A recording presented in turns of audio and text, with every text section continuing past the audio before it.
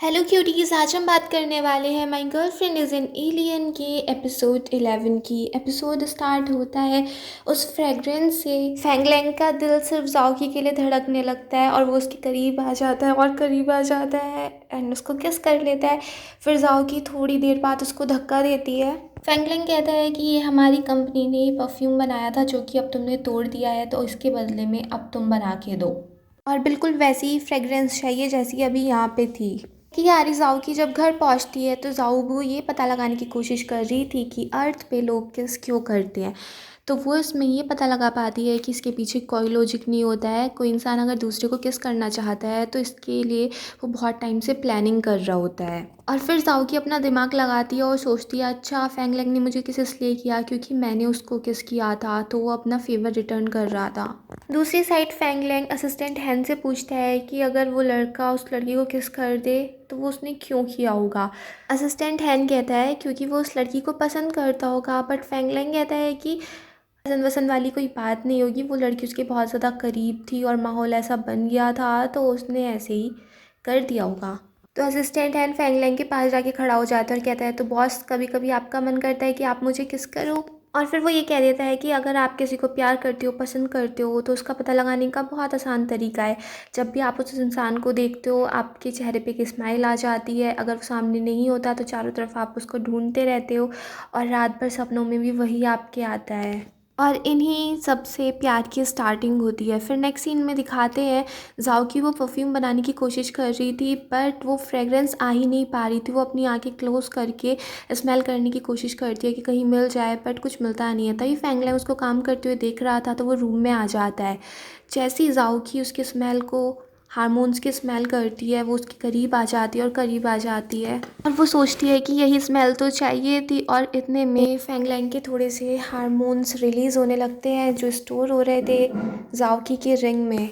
जब वो blind fold हटाती है तो वो देखती है यहाँ पे तो फैंगलैंग खड़ा है और उसको देख के कहती है, तुम यहाँ पे कैसे आ गए। जाओकी के इतने करीब होने से फैंगलैंग का फेस पूरा रेड रेड हो गया था। जाओकी पूछती है, ये तुम्हारी चीक्स इतने रेड क्यों हो गए। फैंगलैंग कहता है, वो थोड़ी गर्मी सी हो रही है ना।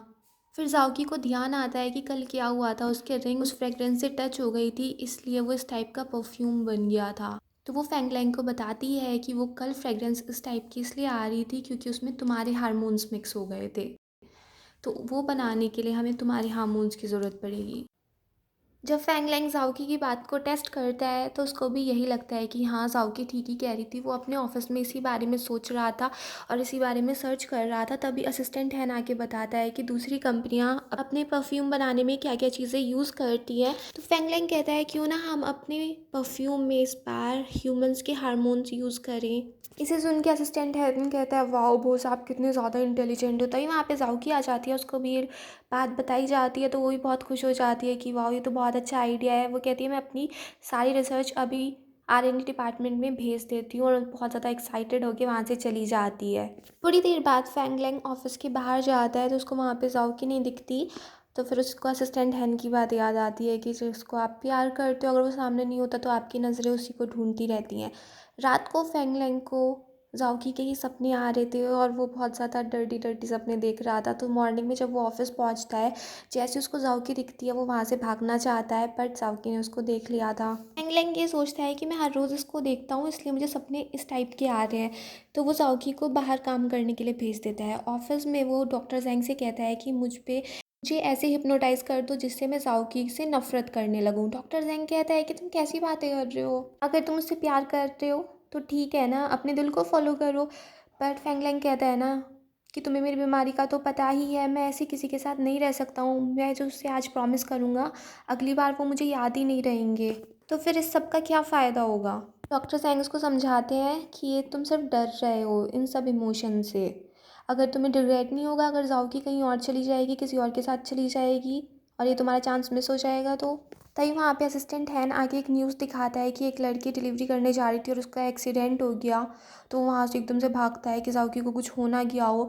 वहाँ पे वो डॉक्टर से कहता है कि मैं उस लड़की का बॉयफ्रेंड हूँ जिसका एक्सीडेंट हुआ है। डॉक्टर उसको समझाता है कि उसकी पल्स है, अभी थोड़ी चांसेस हैं कि बच सकती है, ब्लड लॉस कुछ ज़्यादा ही हो गया है। तो वो डॉक्टर के साथ जा रहा था जाओकी को देखने के लिए। तभी पीछे से जाओकी की आवाज़ आ रही होती है, फैंगलैंग तुम कहाँ जा रहे हो।